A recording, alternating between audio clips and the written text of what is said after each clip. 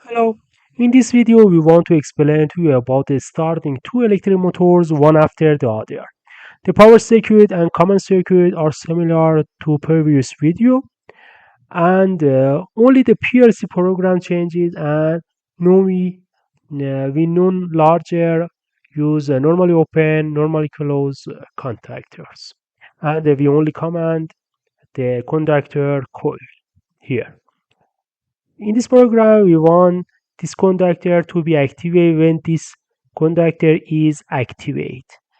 The program is as follows. We put input x0 for a stop. Uh, we put input x1 for the start switch to activate the first motor. And when the input is disabled, the motor remains active. When this output is activated, they cause this contact to be closed. When this contact is closed, the activation of the second motor is allowed. If we run the program, this input is for this conductor and this input is for second conductor.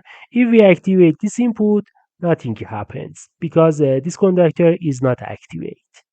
When we activate this conductor is allows us to activate this conductor and disable using entry.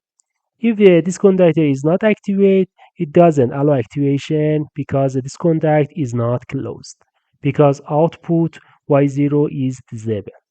When we activate the first conductor because this conductor is closed, this conductor is allowed to be activated. So the outputs are executed one after the other.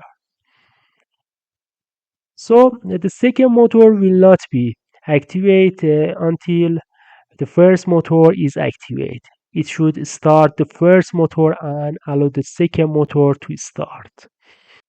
You saw that the common circuit changed with the changes in the PLC program, and you can download any program into the PLC. We can even set the timer, and after this conductor is activated, the second conductor will be activated. For example, we set a time interval of 10 minutes, and all these changes are applicable. There is no need for a timer when it is in the PLC panel. If you have any question about this topic, you can ask in the comments. Thank you for watching this video. Bye.